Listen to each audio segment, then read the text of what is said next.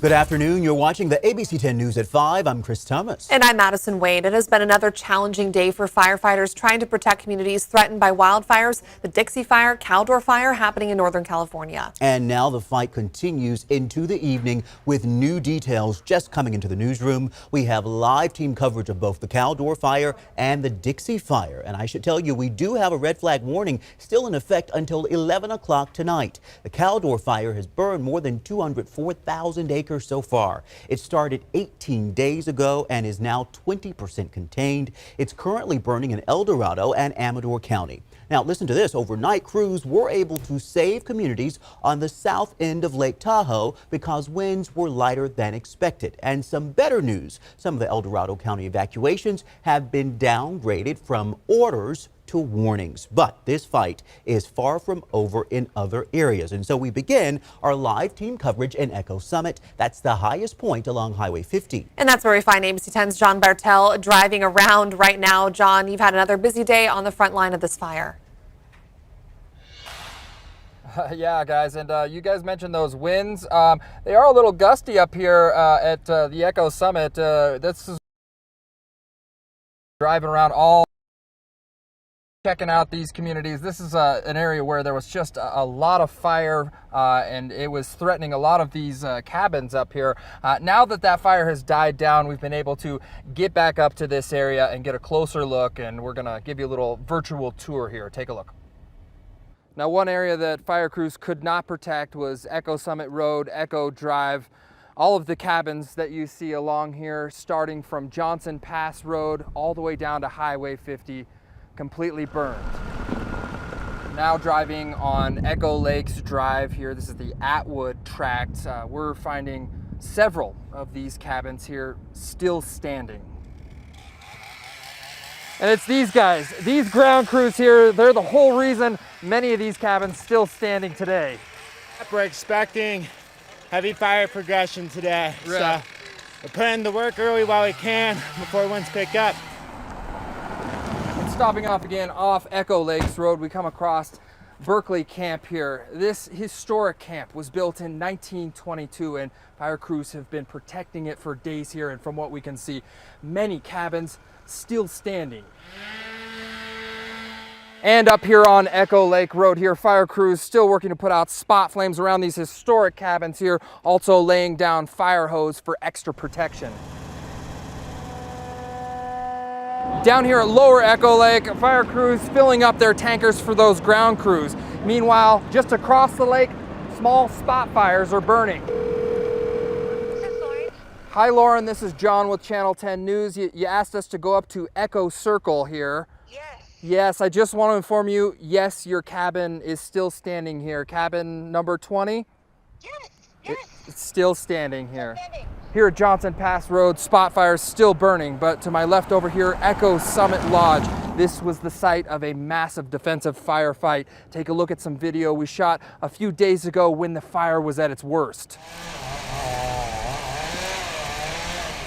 This video you're seeing is from Monday. Fire crews surrounded by flames here, managing to fend off the fire, keeping it away from this building, and as you can see here, still standing.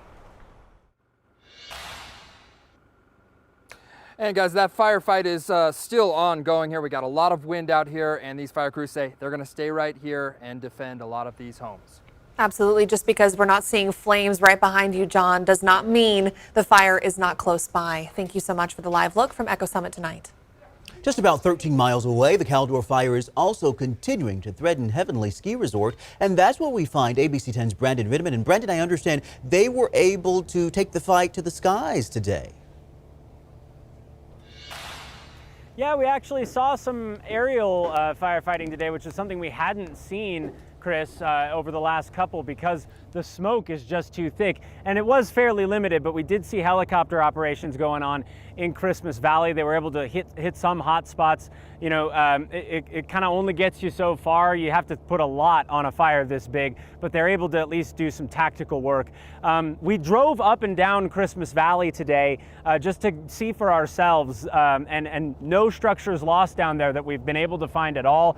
We drove the entire length from the very farthest south point way back on Forest Service land, where my family's had a cabin for 70 years, all the way up until that meets Highway 50. And along the way, you'll find a family who's been there a little bit longer than mine. The Celio family has had the Celio Ranch. It's a big landmark right in the heart of Christmas Valley since the Pony Express days in the 1800s.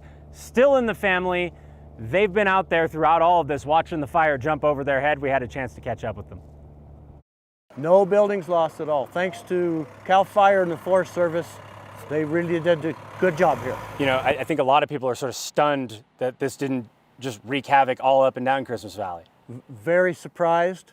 Many of our neighbors were here days in advance, kind of expecting the worst, hoping for the best. Did a lot of work behind their cabins, cutting clear zones and removing debris. We did the same thing here. Fortunately, we're really blessed. The way the wind blew, it went right around our property. Yeah, so you got that sigh of relief, but you kind of can't rest on your laurels just yet. No resting yet. We're gonna stay vigilant. The fire crews are awesome. When they see something, they go out and take care of it right away. So a lot of cleanup ahead of us, but we're very hopeful. Back here at Heavenly Ski Resort, unfortunately, we're feeling the winds come out of the south. The fire is directly south of us, so there's kind of a good news, bad news. The bad news is we could be worried about the forest that you see behind me. The good news is they've got a big paved area, and this is about to become a base camp. That's going to mean a place to rest, and maybe most importantly, a hot meal for firefighters, because town has been closed down for a few days now. We cannot say enough about our men and women who have been on the front lines for weeks and months now fighting these mega fires. Brandon Ritteman, we thank you, sir. I should tell you, Cal Fire officials are now giving a live update on the Caldor Fire. Let's take a listen in. Dominant column of smoke standing up out there.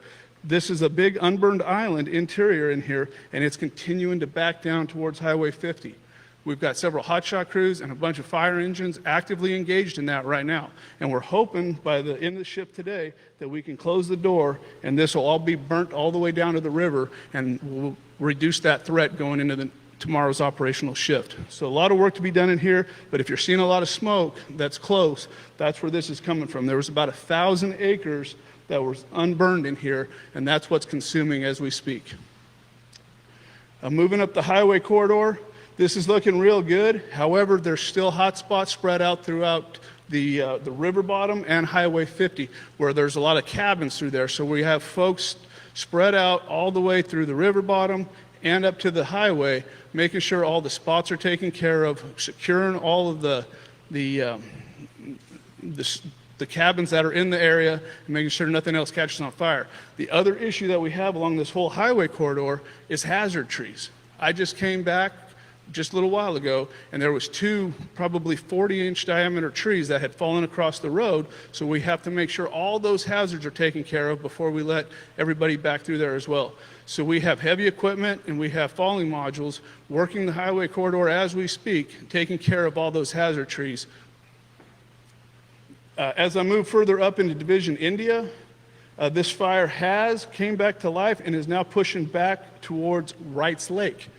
Currently, we have a bunch of our heavy air tankers, the fixed-wing air tankers, doing retardant up here from the wilderness boundary down to our dozer line down here where it says CMD4. We have a lot of aircraft moving in here. We've got a lot of heavy equipment, a lot of dozers, hand crews, preventing that fire from moving to the west. Cal Fire giving us an update now, and keep in mind, if you'd like to keep listening to this, we are streaming it live at abc10.com. We'll also have a full summary coming up on the news at 6, Madison. Yeah, and Monica, listening closely to Cal Fire giving an update and the U.S. Forest Service giving an update, what are some of the key takeaways for you? The area that they were talking about coming to new life, that is exactly what I was trying to figure out right here along Highway 50. You can see this area that has a particular amount of hotspots there, all in the red there. That is showing fire growth within the last 6 hours, at least hotspots detected by satellite imagery. Cal Fire confirming it right there live on our air. Now, as we travel along Highway 50, again, they're putting a lot of attack right here north north of Highway 50 up towards Twin Bridges. And then on the southern end, something to watch as well, especially as we move closer to the Kirkwood area. Now, the Caples Lake is right there, and the Caples fire was just about 2 years ago. It started off as a prescribed burn, got out of control, and ended up as a pretty significant fire. Now, since that was just 2 years ago, there is some growth there, but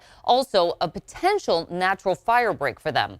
This is what the Caldor Fire is putting off for today. Lots of smoke, so that is changing somewhat of the air attack. Most of the work, though, as Cal Fire has been saying, is on the ground. Dozers and getting the hand crews in there. Here's what it looks like on radar, and some of those hot spots picked up here, all the particulate matter along Highway 50, and then again moving off to the east there as we get a little bit closer to the state line. Lots of hot spots here just to the north of Kirkwood as that plume of smoke that's just carried right over towards Nevada, supported by those south to southwest winds. That's been steady throughout the day, and we knew that was going to be a potential issue, as well as the humidity. It is coming up slightly, but still below 20%, and that's why we continue to watch our red flag warning again until 11 o'clock. Stay with us. You're watching live team coverage of the ongoing fight against the Caldor and Dixie Fire right here on ABC 10.